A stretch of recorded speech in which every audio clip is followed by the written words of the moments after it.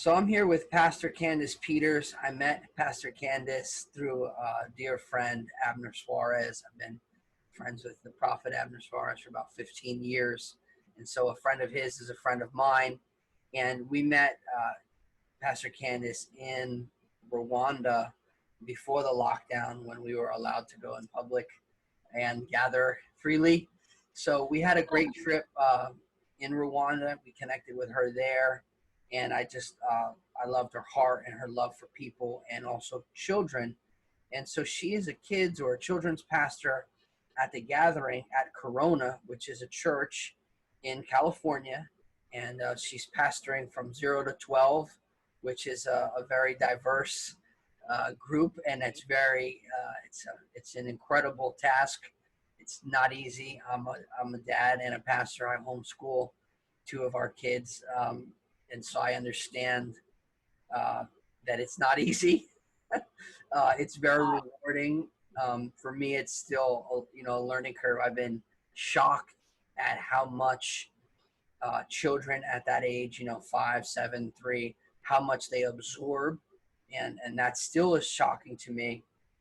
And so today we want to spend a little time speaking about the attack that is on the children, and also pastoring kids in and out of a pandemic and connecting with kids enough to kind of equip them to be disciples of Jesus at a young age. And so Pastor Candice has a ton of experience in this area. And so I want to kind of pick her brain and hear her heart on these matters. So Pastor Candice, what do you feel or do you see that there is a very real attack on children?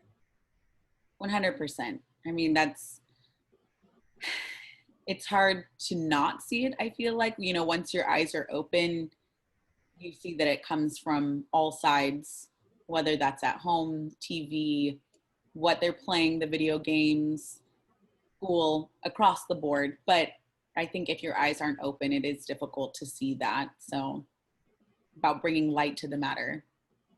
Yeah. So just in the sense of, practically speaking, I think that, so the enemy tries to kill them before they come out. That's abortion.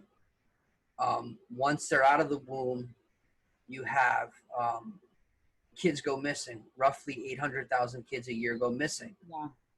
When children are introduced to spiritual things through Disney or through something, often it's dark. Yeah. Now they're trying to create pedophilia and make it, not create it, but they're trying to classify it as a sexual orientation. So these are just a few of the expressions of how serious and how real the attack on children is, because I don't want this to be sensationalized. Like, this is real. It's not like this isn't a conspiracy theory. This is not, and sometimes we label stuff or people so that we don't have to listen to them. Yeah. But this is real. This is backed by data. This is a fact. And so these are things that we as adults, for those of us who are parents, for those who are children's pastors, we just have to be aware of these situations, because it's really difficult to overcome something that you don't know you're fighting, or to defend against something that you don't know is happening. And so that's, so that's a thing. So pastoring kids in and out of the pandemic and through trauma, how do you, let's say, little Johnny comes to your Sunday school and little Johnny is just deeply traumatized. How do you connect with little Johnny, little Johnny's mom and dad? How do you kind of help pastor kids through trauma?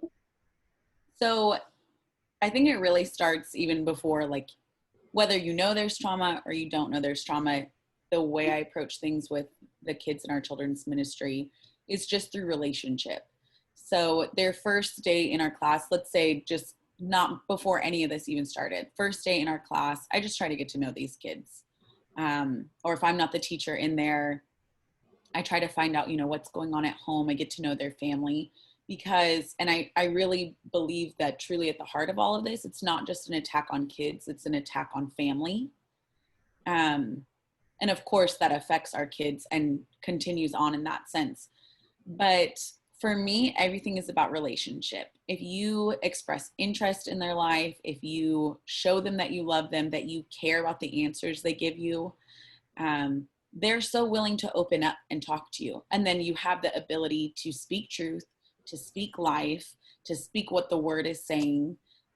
So I am a big communicator just in general. That's my favorite form. I want to talk about things. So I don't remember how long ago I started this, but especially with my older elementary class, I would let the kids have free time, and then we'd kind of come together. And as we were starting the class, I do something called weekend update. So that I just have them update me on their weekend, which I know that was on SNL, but it's not a news segment. But no, I just let them talk to me, and obviously I try to keep a time limit on that, knowing that there is, a space of time that I have for all of them. But I just give them the floor, whatever they want to talk about, whatever's going on in their life. And outside of the classroom, I do my best to connect to their families, to their parents, and connect with them, whether that's picking them up and taking them somewhere.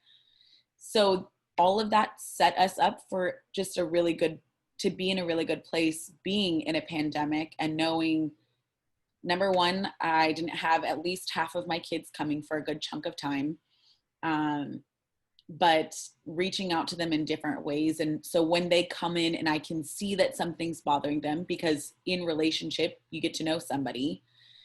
So knowing these kids, knowing their faces, knowing their expressions, a lot of times I'll just pull one of them to the side and just say, hey, how's your morning going? Or what's going on today? Did you eat breakfast? Or, ask those simple questions. Did you get enough sleep last night? Because for me, that's an obvious, I'm hungry. What do these kids need? So finding that out. So then taking that into a pandemic and taking that into that established relationship into, hey, you're going through a lot right now. I have some good friends that are going through marital issues right now, and that's affecting their kids greatly. Yeah. And that's actually been a big question, or not even question, just a big concern on my heart, is how do I continue to reach these children? It's a blended family. So I have one child that has not been attending at all. So how do I reach out to her, and making myself completely available to that parent, that I can drop something at work and say, hey, I can come over right now. You don't have to bring her to me. I'll go there. So I don't know if that fully answers your question, but for me, the key is relationship. Yeah. Yeah, that's clearly what I'm hearing. So, because I heard you say a bunch of things. One of the things that I heard you say was that you didn't have half of your kids for a while. So does that mean that your church continued to gather through the pandemic? Yes, which I know awesome. it's controversial, but everybody meeting in everybody, all these different places. That's great. They continue that to encourages me. We continue to meet all the way through. I think this big thing, people see what is around them and assume that everybody's experiencing the same exact thing. And the point of the matter is we're not. That's a fascinating fact. Yeah. That we are not experiencing this situation in a monolithic way as a society. Right. And not everyone feels the same way. I have a friend, his dad is a doctor, and he's been in the hospital through it all, and he never put on a mask in the hospital. At a family event, I think he did, to be gracious to people, but right. It's interesting to see the perspectives that come out of all of this, and the opinions, because that's the other thing, facts and tattoos. And change your opinion about it? At the time, no. But, that's a different story. Yeah. Come a long way since 17. But no, he made us research, and we had to find things out. And I've seen something recently. I know this is kind of off, but I know it plays into how I minister the way I minister. But somebody had said, when you're growing up, that you don't understand something in the word, just believe. And in our house, it was different. If we had a question, if number one, if they felt they didn't understand or know the answer to the question, they would help us find out. Or if they did know the question, they would still help but lead us down that way for us to discover what the word says and what the Holy Spirit says. So that has really impacted the way that I go about all of this, you know, and that goes back to meeting during COVID. Our senior pastor, we came together as a staff. We fasted. I think I'd been back maybe 2 weeks from Rwanda, and we fasted, we prayed, and what was the underlying for all this is the Lord has given us specific promises, directives for this year. How are we going to accomplish those things? Once we've given this issue to the Lord, let's see that as a done issue. Not that it won't continue to affect us or we won't see what's happening here, but let's not keep revisiting and trying to like make more of something that it's not. Yeah, that's right. So we, as a team, 100% from the head down, believed that we should continue to meet, that we are called to not forsake the assembling together of ourselves. And I see the meme or whatever it is going around that, you know, the church was never called to be a building. You know, we're supposed to go out and God's raising up an army. And I think that is really, it's a half a truth. Exactly. And it's a frustrating thing to see because it's like, yes, great. You understand that we weren't made for a temple. We are the temple. However, we as a group are a temple, and they met daily in the temples and in their homes and broke bread together. And there is a variety of ways of meeting and assembling together and fellowship. Exactly. And also, you know, historically speaking, the Church of England, they ministered through the whole entire Black Plague, which was a far more vicious plague. They were more willing to go in than others. Yes. And so that's, when you look at history, you realize that we have been conditioned to take the easy road. And that's the concern that I have. I was telling that to my wife the other day. I was saying, we get our kids these little beach shoes for their feet, and everything is soft and easy. And I said, I was joking with her, but I said, there's Haitian kids that will run up a mountain with no shoes on. Yeah. And I'm not saying that that's the best thing either, but I'm saying that when you look at our society and you look at even our children, but our society as a whole collectively, we are becoming more fragile, more afraid. And it doesn't even make sense to who we are as a nation, because who we are as a nation was born in a revolution. I'm not saying that's great or good or bad. I'm just saying, like, the whole thing of fear and being fragile, and it's like you lose the advancement mentality. Yeah. And when you know, like I was hearing Christians talk about, like, you know, guns, and we're going to get guns, you know, to protect our house and family. And I'm not against guns, but what I found fascinating is that many times that type of language is, we've lost our offensive mentality. So it's more of, instead of how do we take the gospel to crazy people or to hurting people, it's like, how do we protect our flat screen TVs? Yeah.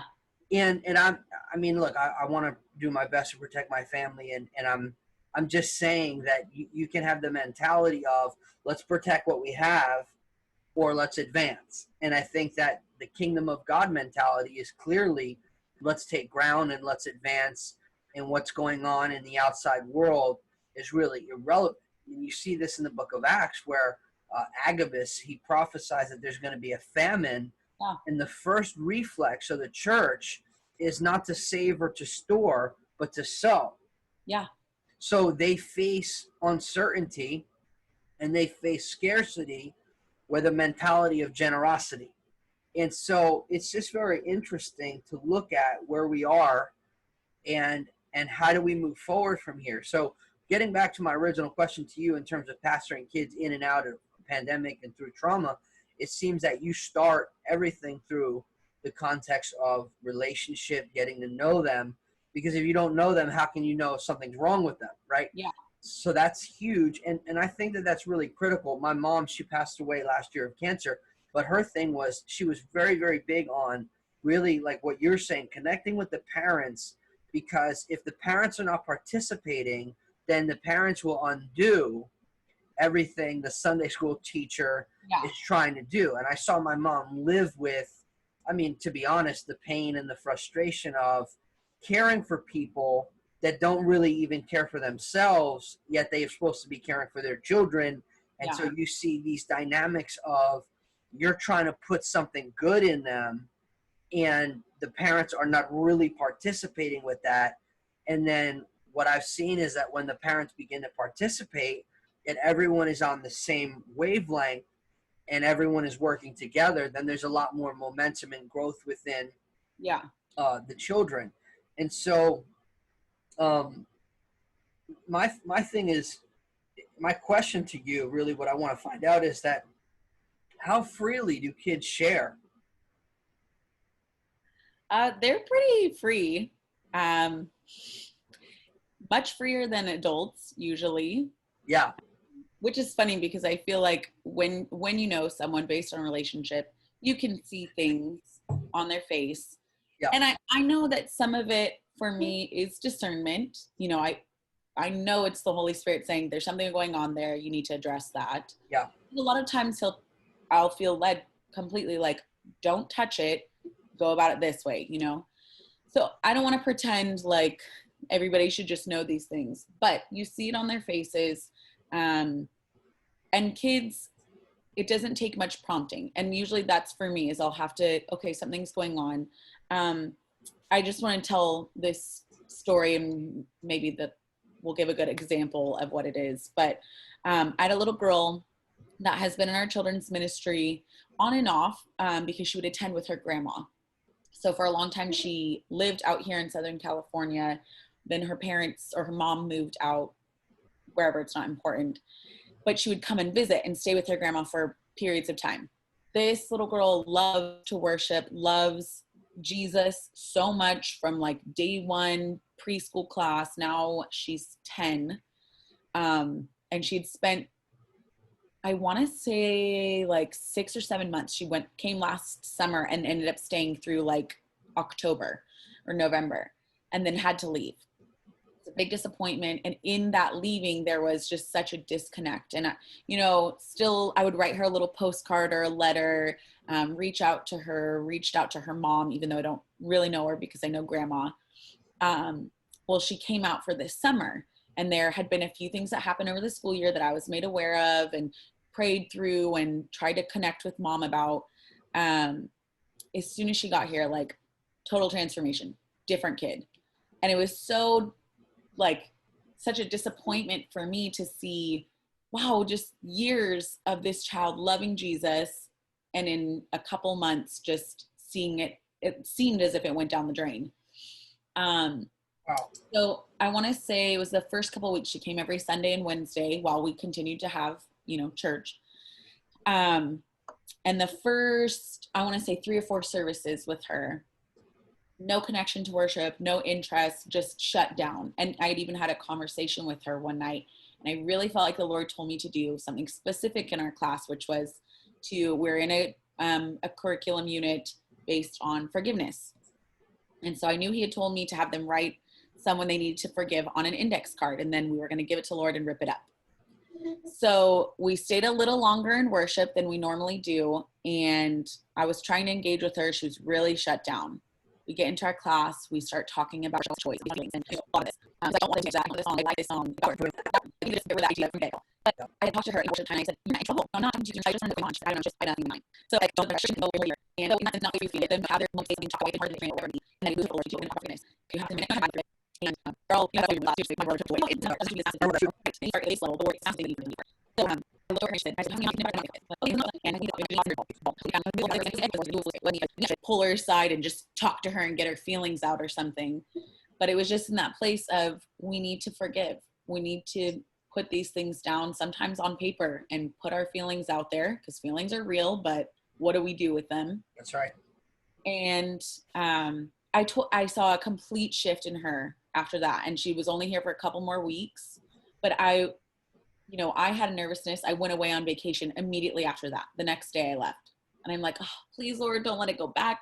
As soon as I came back, I was on worship that week, and I'm watching her from the congregation, totally engaging, lifting her hands just like she used to do, completely open countenance, just 100% change. Wow. So yeah, and it's keeping the connection too. Like, she's been gone now for a week, and she and I have talked a little bit while she's been gone. So again, it just goes. How old is this girl that we're talking about? I'm sorry, say that again. How old is the girl that we're talking about? 10. 10. Yeah. So, wow. It's awesome to see how receptive and how, ultimately she's responding to the gospel. Mm-hmm. So that's well, great. And it's seeing these kids that are at 4 and 5, they're so open to Jesus. I start with a basic understanding of him washing our hearts. Your heart feels dirty, he'll wash it for you. And they're so open to that. And then I was talking to my sister yesterday, who has a 9-year-old, just about boys, young men, and how they develop. And they may not have the same connection that a girl would have. You see the differences, and that's okay. But we were talking about, how do we reach them? How do we emphasize listening to the Lord and waiting on the Holy Spirit? And, all of that it has to start at that young age. It has to. Yeah. What I tell the parents in our church is that it's not really the Sunday school teacher's job to disciple your children. And so my concern that I'm carrying, I'm actually on a 5-week preaching sabbatical from our church. So the logo behind is the ministry, the church is Rescue Church. And so I actually have this burden just because I'm seeing the attack, and I'm also seeing the opportunity, because I had said to a friend of mine a few weeks ago, I said, that you'll probably never spend this amount of consolidated time with your children ever again for the rest of your life. In reality, that might be true. Yeah. So I'm just saying, like, I thought that we had an incredible opportunity to engage, family in a manner that before we were probably not as engaged. And you can still be there. I do it all the time. I'm just being honest, but you could be present but not there. I could be sitting in the same room with you. They're watching TV. I'm on my laptop, and we could be 30,000 miles away. But it's, I think, really important to engage with the next generation, with children, and to really see like where they're at. Like, with my kids, I tell parents this, joking around. I said, you don't really have to confess your sins. Your children will. So it's like my son, he's 7. He told me like about a month and a half ago, he's like, Dad, you're like really grouchy. I'm like, oh. And I'm like, man, like, and it hit me like a baseball bat in the head. I'm like, man, I got to work on that. Like, I don't want him to catch that. And so, he's given me my report card, and I'm doing better now. But it was really something, because, they're very perceptive. And, my daughter has a lot of my temperament, so she can be a little tough too. And she goes, Dad, you're not so bad.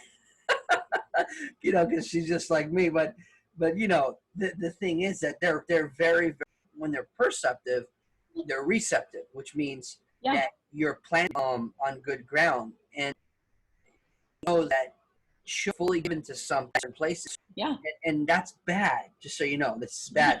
I don't like that. But what someone sees is, one person sees a little kid with pretty much no potential to do anything except eat and play, and another person sees a soldier.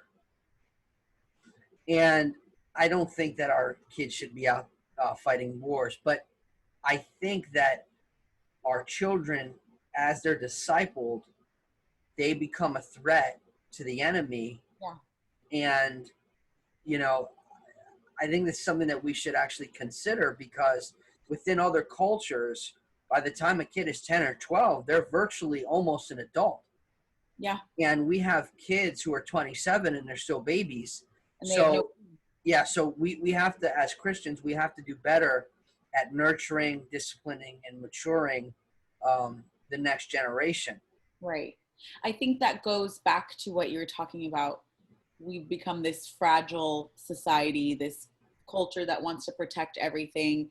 And I grew up, I'm kind of sitting here processing, like I grew up in a house that was fairly sheltered. We're pretty strict in that sense.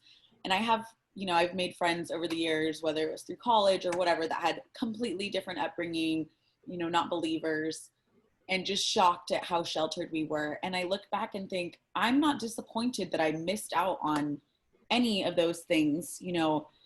Actually just yesterday, I'm sitting with my almost 3-year-old niece, and she wants to watch this little show. We turn it on, it's in the middle of it. And I guess my sister had turned it off. I didn't realize she wasn't in the room.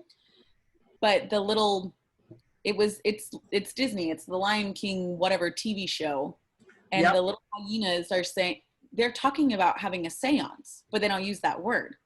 They're saying, can we bring back Scar? And we can do it if we have this and we have that. And I'm like, what is happening? Yeah. What's happening here? And she loves the show and she thinks it's just so great. And I said, I don't think mommy wants you watching this show. And she says, you don't want me to watch it, but I want to watch it.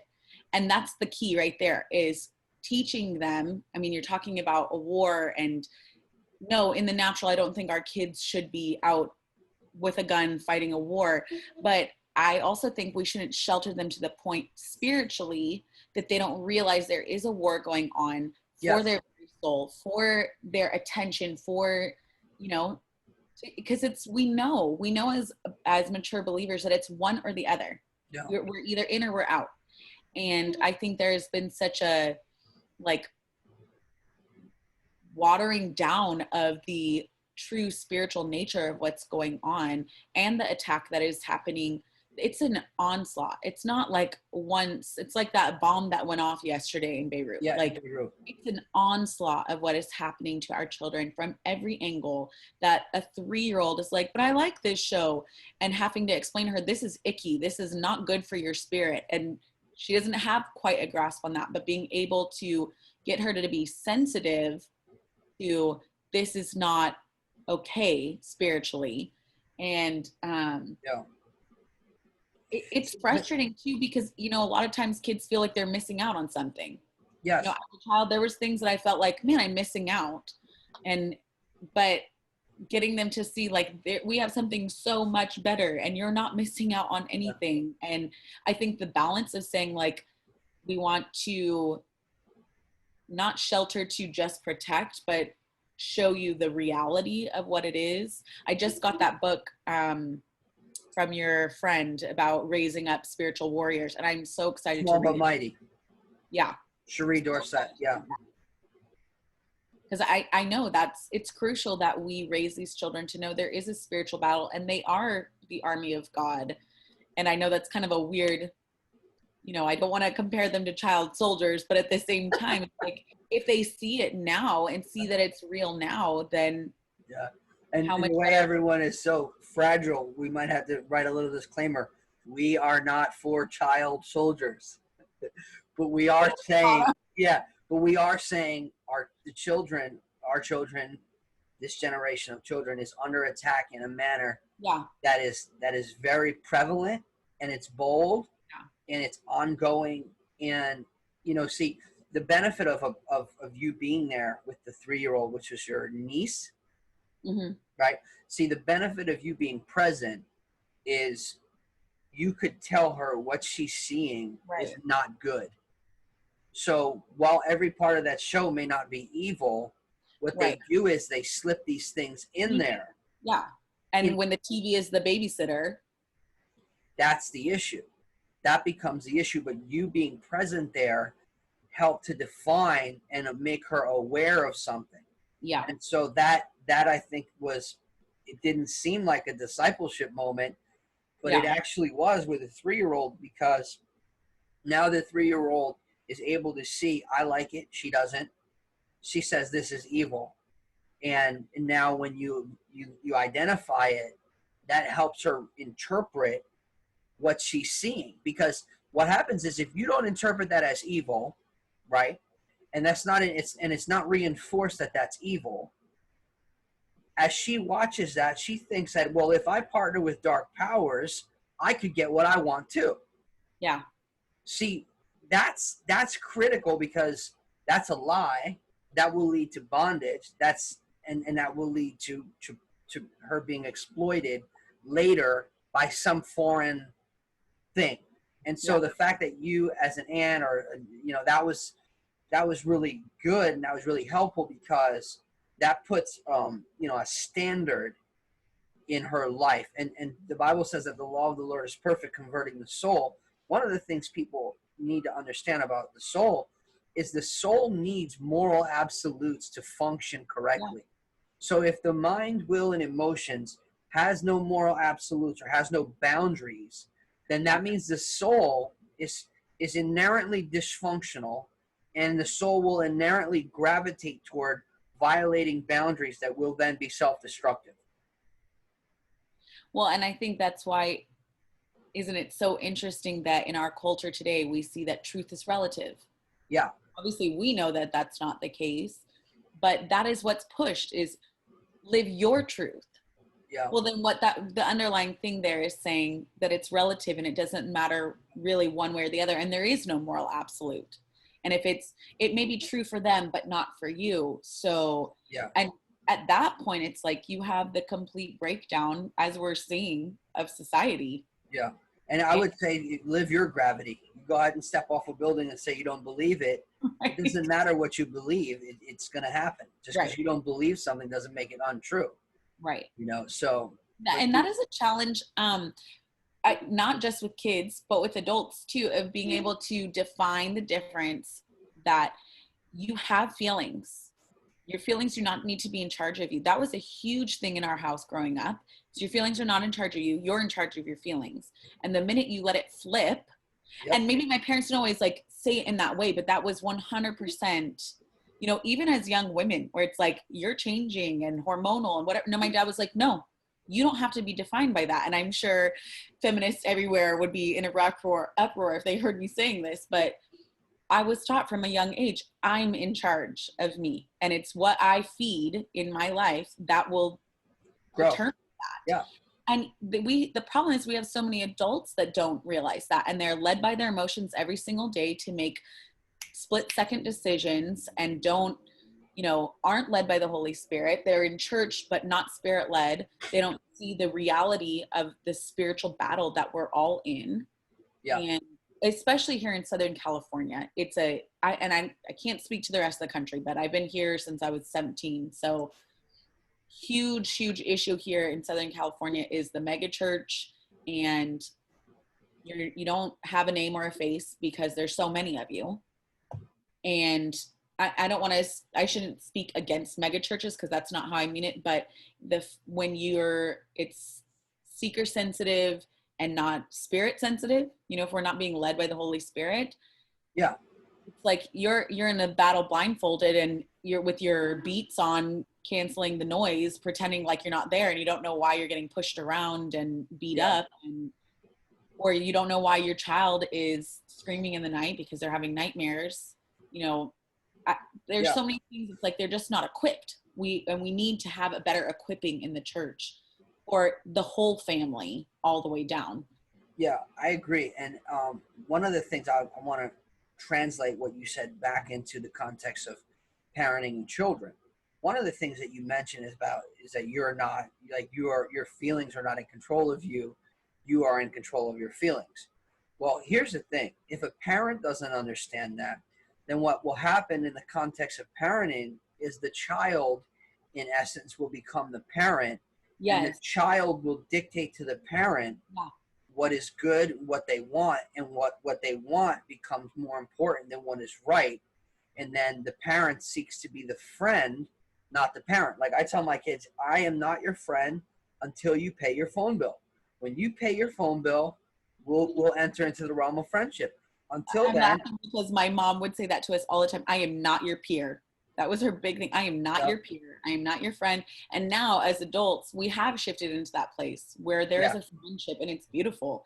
But as kids, it was like brought front and center consistently. I am not your friend. I tell my kids in public, I'm not a normal white parent. I will spank you in public. But you know, what's funny about it all is that, and it's not just funny, it's that, wow, it's really something, is that with children, we don't realize the opportunity that we have, because so with an adult, right, there's one of my favorite proverbs, and it basically says that if you take a fool and you put them where they grind wheat, and you crush him with one of those humongous stones, you can't smush the foolishness out of him. But with a child, it says foolishness is bound in the heart of a child, and the rod of correction driveth far from him. So when a child is young, you can discipline foolishness out. Yeah. When an adult is foolish, you cannot crush it out of them. Yeah. So that means that the formational time of a child and what can be done in the heart and in the life of a child is so critical. Yeah. That actually discipline can be transformational, not just punishable. Yeah. And I think the key to that too is our understanding of what discipline is. Because I think we automatically go to punishment. Yep. Discipline in our life is a healthy boundary. And kids need boundaries consistently. Even that is discipline. Yep. Wake up and brush your teeth. Make your bed. You know, those are disciplines. Those are saying this is how we set an order to our life. And God is a God of order. Yes, sometimes we don't understand what that order is. And in his sovereignty, he can do what he wants because he's God. Yep. But he's a God of order. And I mean, what is the root of disciple? It's the same as discipline. And to be one that follows Jesus is to continually every day put your flesh to death. And if we can teach them as children, don't let that run you, and show the consistent boundary. And this is what I love to teach our teachers, because, you know, we're not just teaching the children, we're teaching teachers. That in your class, you'll have to do less punishment if you set boundaries and you discipline initially, meaning you correct whatever that issue is. So, you know, I'll see a parent, and we have some great parents, we have some great families at our church, but, you know, we've had young parents too, where they just don't know how to get those boundaries in place. Yeah.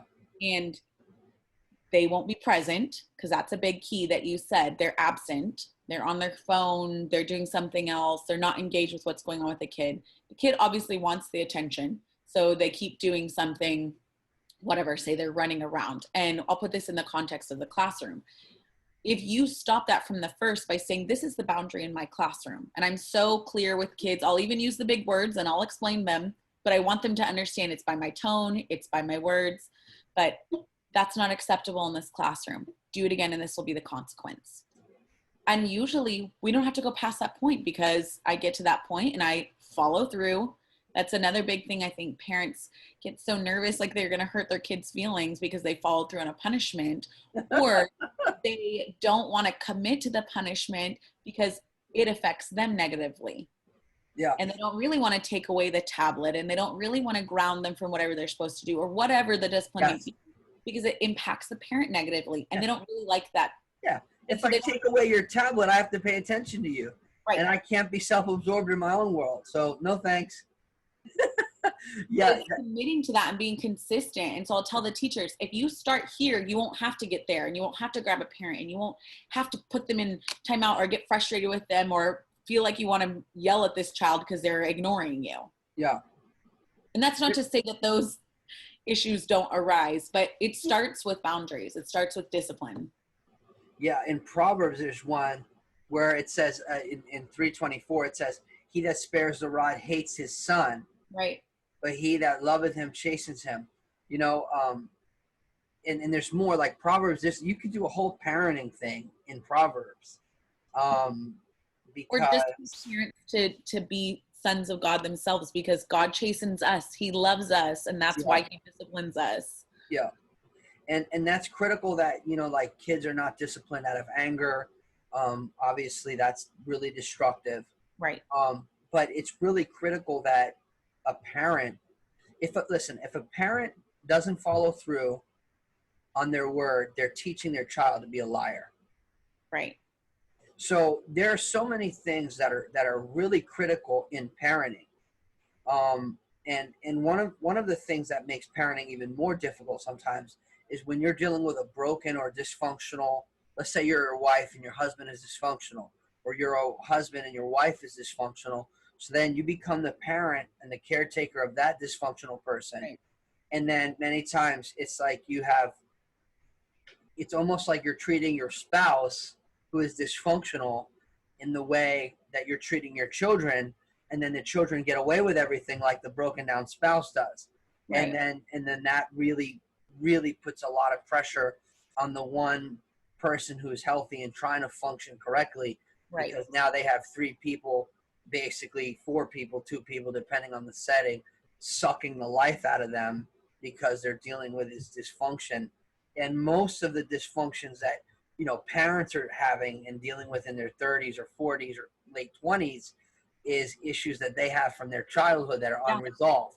Yeah. So you have like a major, powerful ministry in helping kids to get it right now.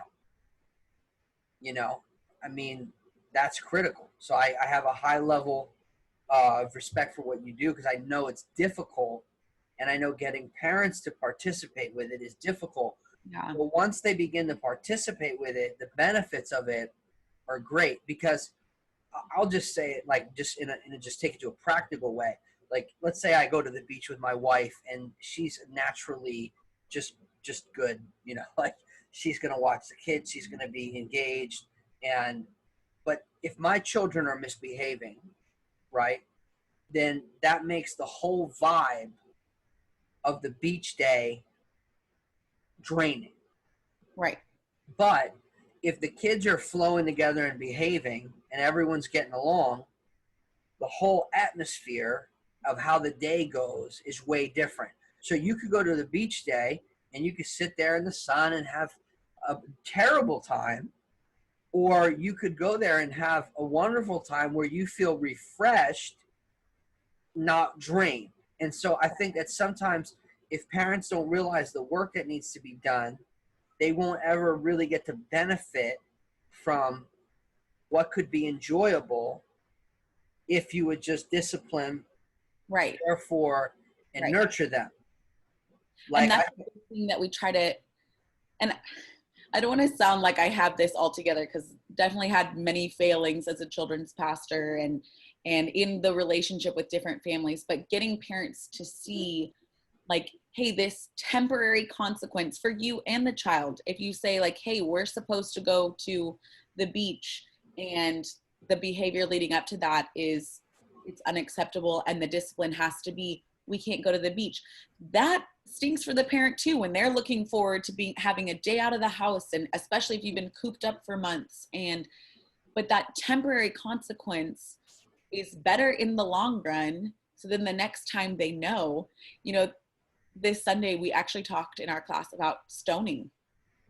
Yeah. Like I don't keep like things like a secret in our classroom. Like I don't like not talk about David chopping Goliath's head off. Like I talk about that stuff. I actually like telling those really like one of my favorite stories to tell the kids is Hood. He's one of the judges and he kills Eglon, and it's a whole, they know that story really well. Wow. But, no, I don't mince words. And so we were talking about the woman that Jesus forgave, and she was brought from the act of adultery, and they were going to stone her. And I have to explain, what is stoning? Why was it important that Jesus spoke what he spoke? Why was it crucial? That's awesome. But I told the kids, they would stone children that didn't obey their parents. And they're like shocked. What? And they said, it was actually my nephew who said it. He said, well, wouldn't they just go to heaven then? And I'm like, okay, no, not the point here. No, the point was Jesus was not alive. They were in disobedience. I'm trying to explain gravity, because they've understood from since they were as young as they can remember, that if they accept Jesus, they're going to heaven. But explaining the gravity of that situation, and I just asked them, do you think if that was the consequence for your disobedience, that you would obey your parents differently, that you would listen to them differently? And all of them just sat in silence, like, that probably, Yeah. or I'd be dead. A couple of them said that. I'm like, Yeah. I would have definitely been dead. But you know, the beautiful thing of that passage is not stoning. of course. But the whole point of that passage, which I love that passage, because the point of me, if I'm a parent and if my children are rebellious and I have to stone them publicly, maybe I will discipline them privately and care for them and nurture them so that I don't have to stone them. So maybe I'll assume responsibility for what I'm supposed to steward instead of stoning them, you know? And it truly set up something different in their society and culture. And I think it's in Exodus, or I don't remember where the story is, but when they actually had to stone the child that I can't remember if it was disobedient or they spoke the Lord's name in vain. I don't remember the exact, and it was like shocking and heartbreaking to their whole, one of the first times that at least it's recorded that they had to kill someone for that, or they had to put them to death for that. And I didn't go so far down that was the emphasis of the lesson, but it is that place of, like you said, as a parent, when you see the long term, and that's what we want our parents to see, is your long term and what your child is learning now and the emphasis that you put. And I read this quite some time ago, some curriculum by Think Orange. I don't know if you've heard of them before. It's really great though. They talk about the church being the light of the world.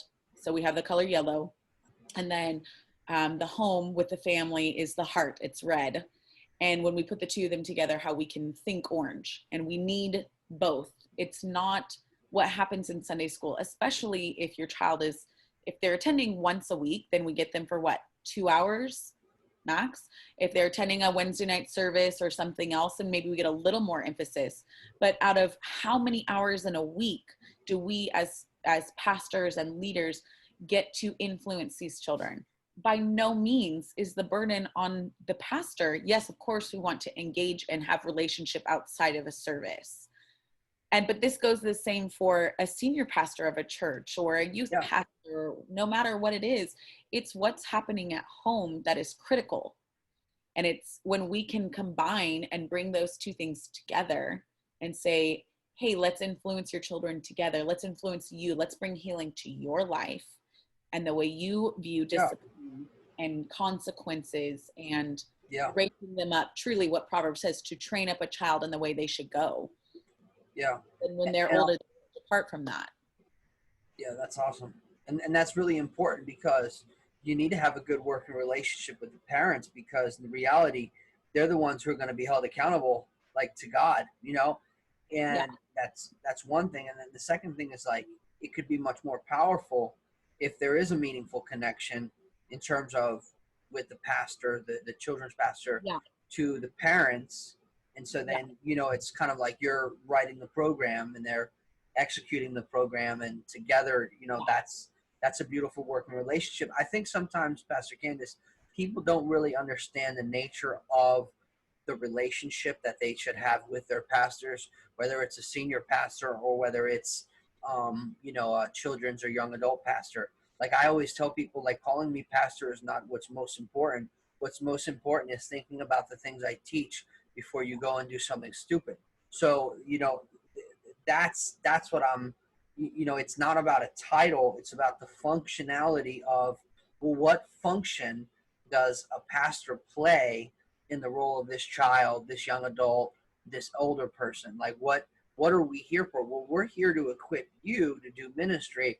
And so it starts with the truth and right believing. Because what happens is, let's say I believe something that is not true, right?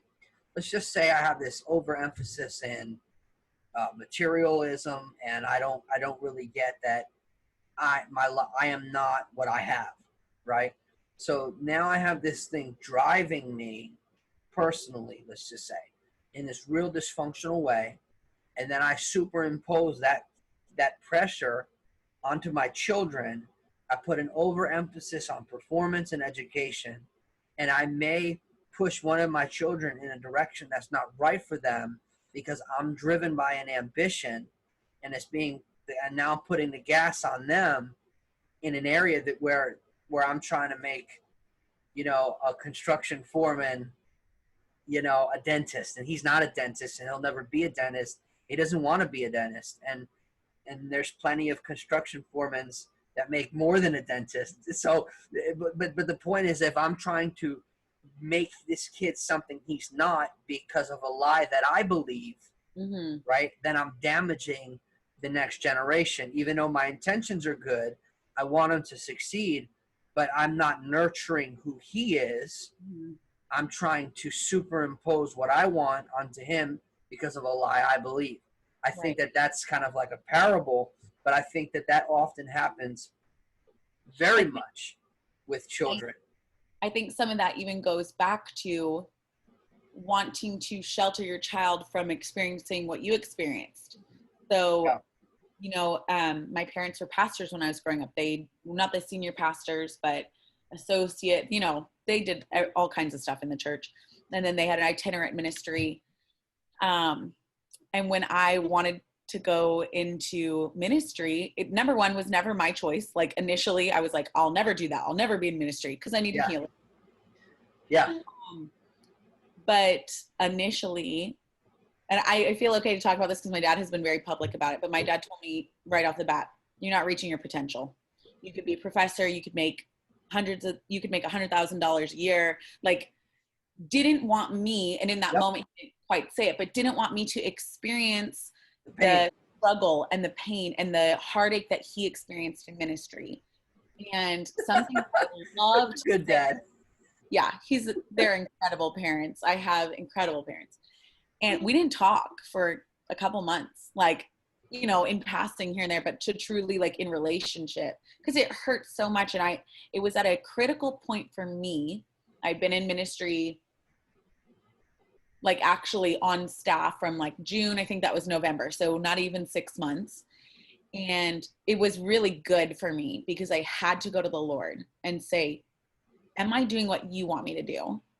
Because my dad had been my pastor really my whole life and told me spiritually which direction I should go.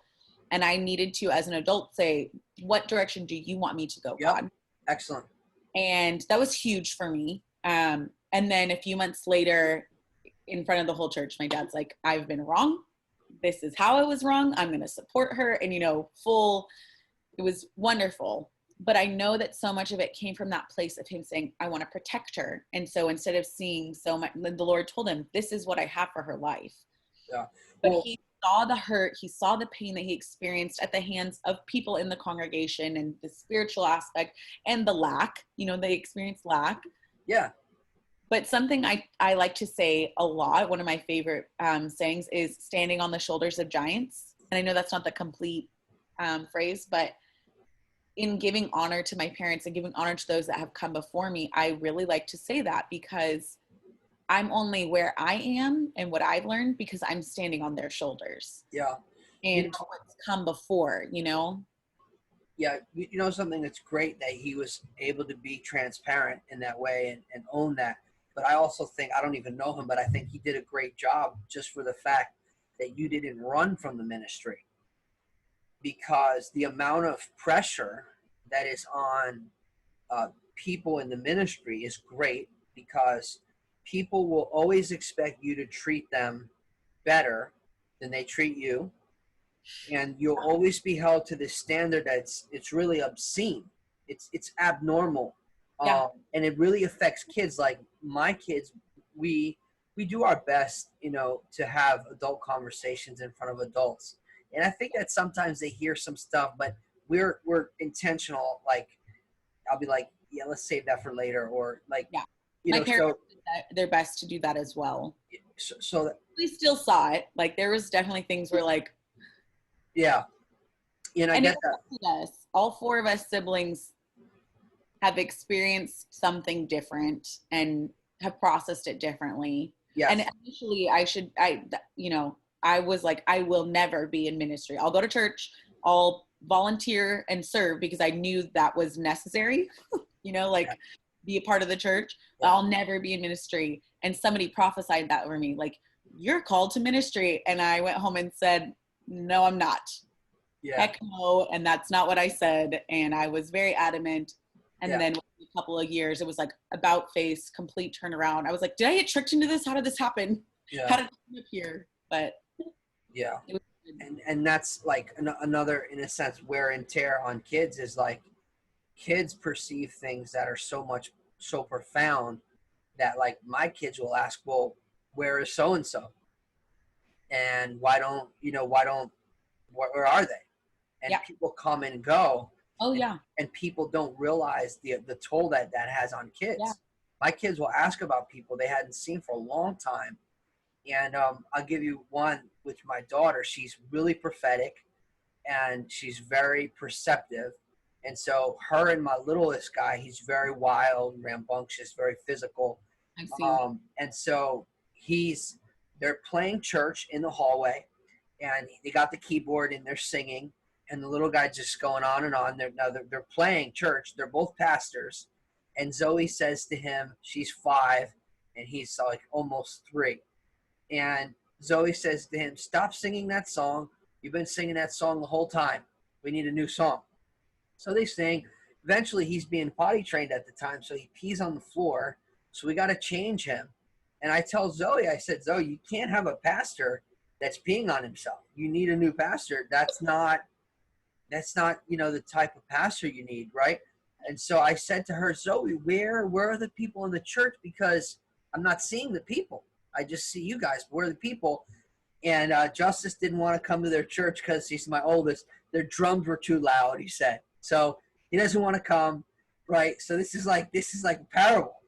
So I say to Zoe, I go, well, where is everybody? She goes, Daddy, don't you know it's the summertime? People are at the beach, swimming in a pool, and eating ice cream. They see so much. And she smiled like, and I'm there. I'm ready to start crying. I'm ready to have an all-out meltdown. She sees and she understands that Jesus is not really first. I mean, pandemic aside, we live in Southern California. Disneyland, Knott's Berry Farm, the mountains, the beach, Las Vegas. Everything is so accessible. And that's why I said what we're seeing in the pandemic is indicative of something that was already going on. Yeah. There's so many things, and that goes back to our children. There's so many things vying for their attention. And if we as the adults and the parents and the leaders can't show them what needs to be priority, they'll never be able to do that. Because they'll always see, like, whether that's the material things that, that situation you described. The material is the most important. I think I know that person that you described. I mean, whether that's the entertainment is the most important. And we're not saying Jesus is priority. That's something I took away, like, in getting some healing from my teen years ministry. But in our youth group, that was a huge push, was stay abstinent, so that way you have a good marriage. That was really like the emphasis there. And I know we're not talking about youth, but stay abstinent. Don't have sex before marriage, because then God will bless you with a good husband or good wife. And wow, can I tell you how disappointed I was when I realized this has absolutely nothing to do with, you could still have a crappy marriage if you waited. Yeah. And you could have a great marriage if you guys get right when you already messed up. You know what? It's not based on that. Jesus is your reward, not a good marriage, not the entertainment, all those, but learning that Jesus is the reward.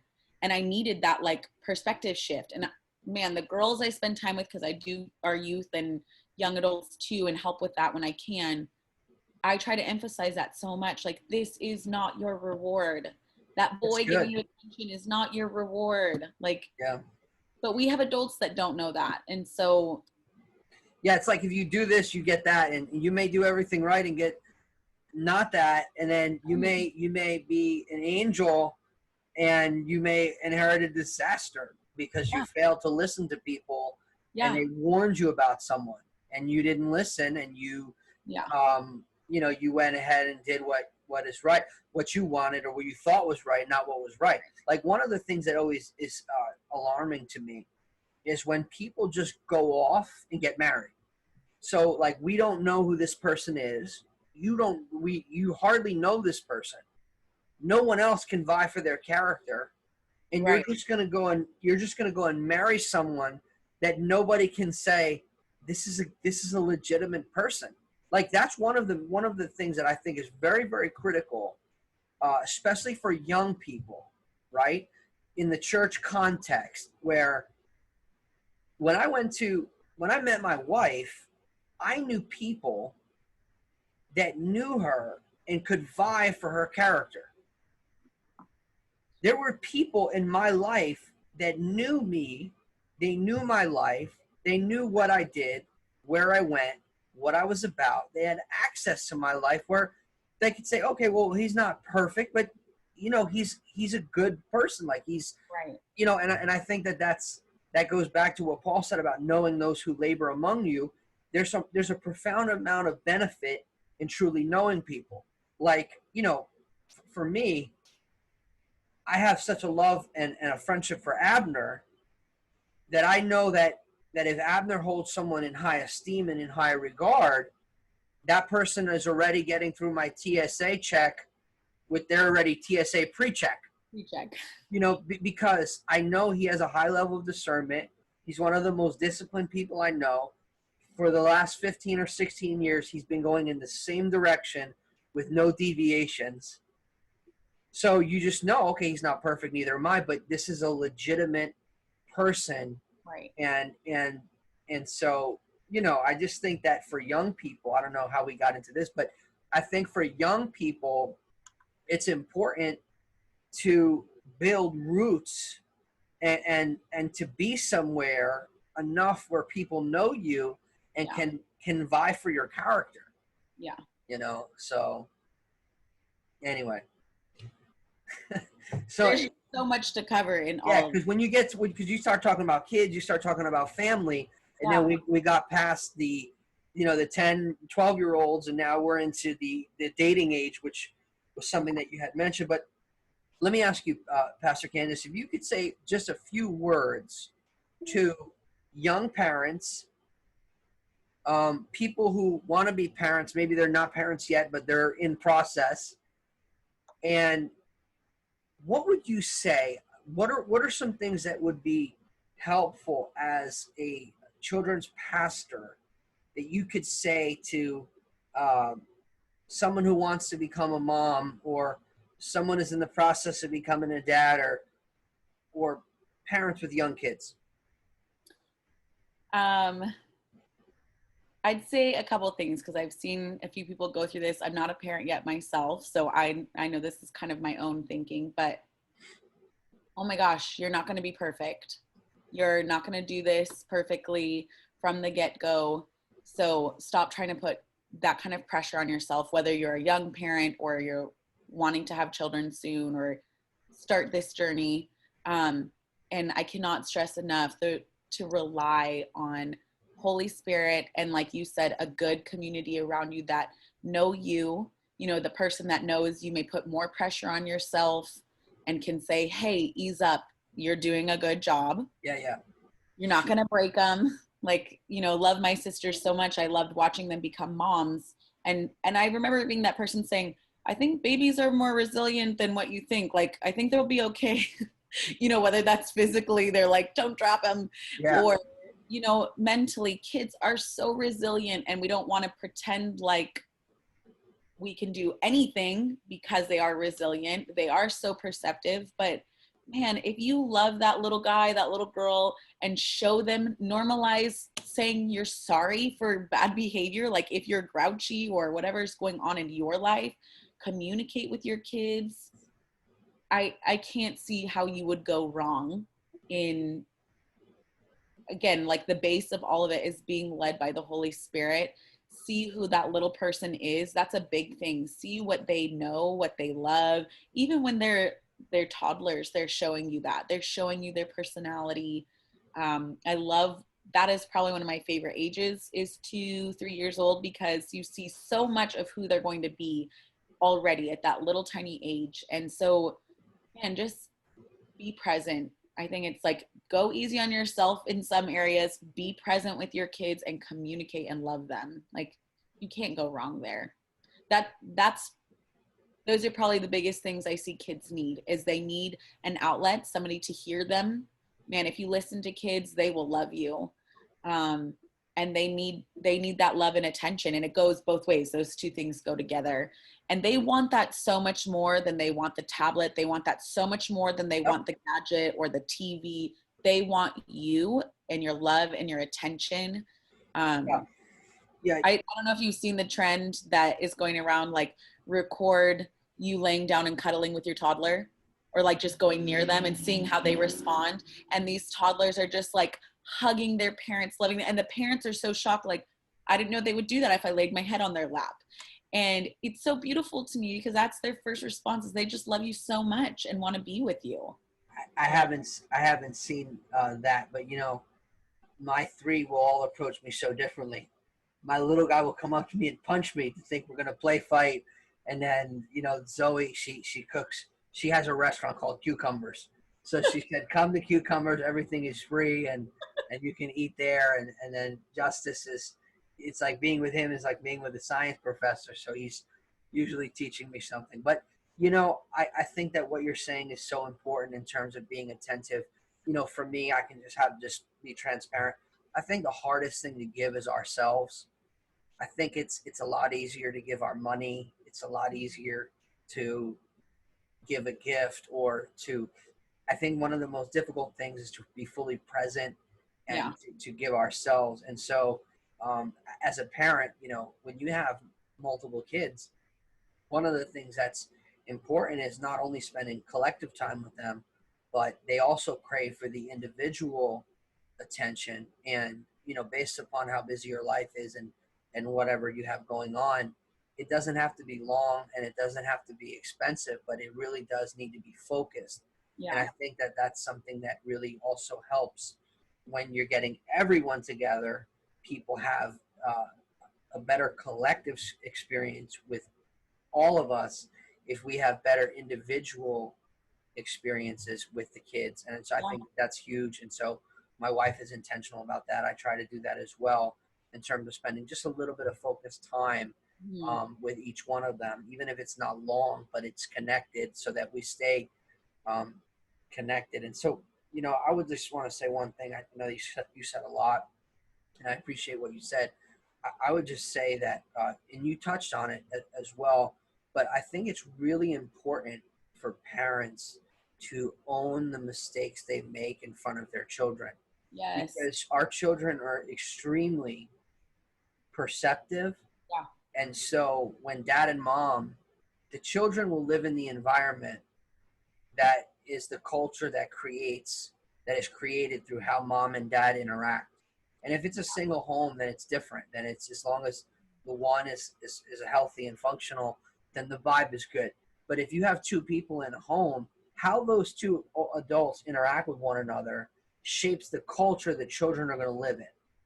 So if parents are having a discussion and it gets kind of back and forth, hey, mom and dad love each other, we're just not agreeing on everything, but we are in agreement about what matters most. And so I just think that parents need to really own up to the mistakes they make in front of their children, because that teaches their child not to be a victim and to assume responsibility for their shortcomings.